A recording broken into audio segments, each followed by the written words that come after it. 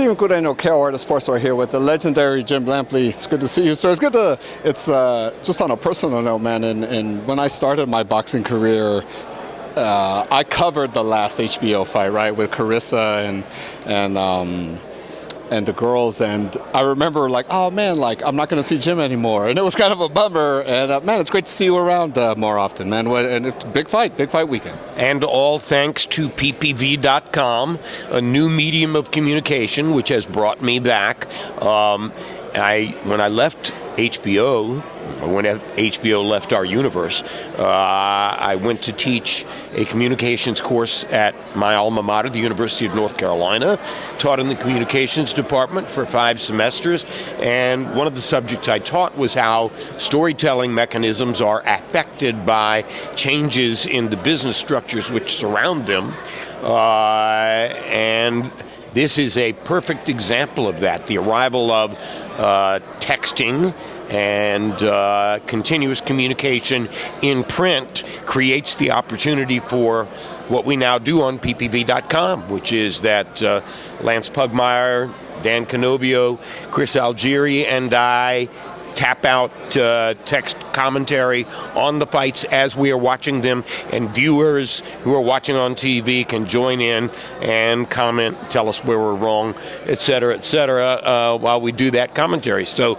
I'm very grateful to ppv.com, which has brought me back into the mix and given me a chance to continue to be a part of the boxing media scene.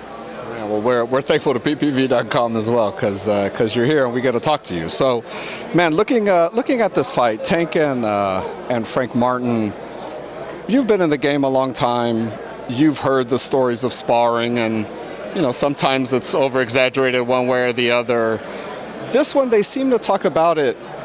They seem to be both very honest. Tank has said he cracked me, and then he says he kind of took over. Frank says, like, I caught him, and then, he feels it was more on an even playing field. How does that factor into Saturday night when the lights are on, the small gloves are on, and no headgear?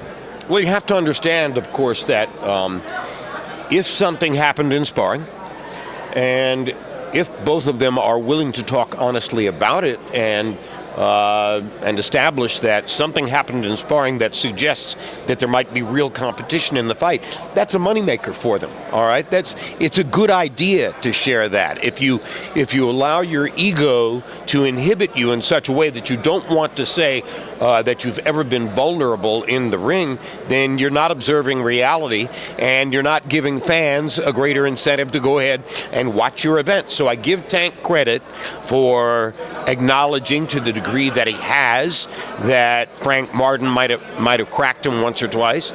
I give Martin credit for wanting to step up and say, hey, look at me in this fight. I've done something in the past that tells me I might be able to do something here, and all good for boxing, and all good for building an audience, which will also get to see David Benavidez in the other fight. That's another guy that has a lot of sparring wars and legend and stuff like that. Looking at, you mentioned Benavidez, so I'll get to that now, but Canelo looked good, dominant against Jaime Munguia. It seems like Turkish Al-Sheikh wants Crawford. Let's stop right there on that one just for a moment. You say Canelo looked dominant against Jaime Munguia.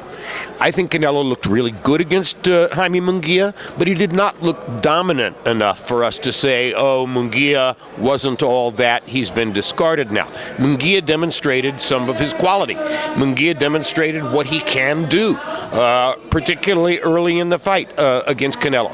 So that fight was good for boxing. And most particularly, the fact that Munguia stepped forward and cracked Canelo on the chin 2 or 3 times with his right hand sets up the possibility that maybe Benavidez will get that chance. And we'll find out how much bigger a puncher Benavidez is than Munguia is. I think he is, and ultimately maybe Canelo will be the one who gets to tell us how much bigger. Right, last one, because we're about to start here. That fight, does it ever happen? Canelo and Benavidez? I don't know.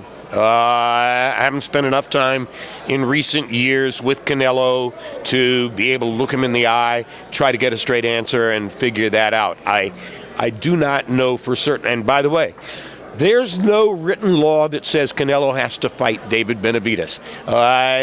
It's his life. It's his career. He has accomplished plenty. He has been great for the sport. Nobody should criticize Canelo if he walks away from boxing or moves sideways in his career in such a way that he does not face up against David Benavidez. That's his right and his privilege. Do I want to see it? Oh, hell yes. I hope we do. Hopefully we do. Jim, pleasure as always, sir. Jim Lampley, co-hosting the exclusive viewer chat in real time throughout Saturday's Tank versus Martin card, only on PPV.com. There it is, sir. Thank you. Appreciate your time, sir, always. Thank you.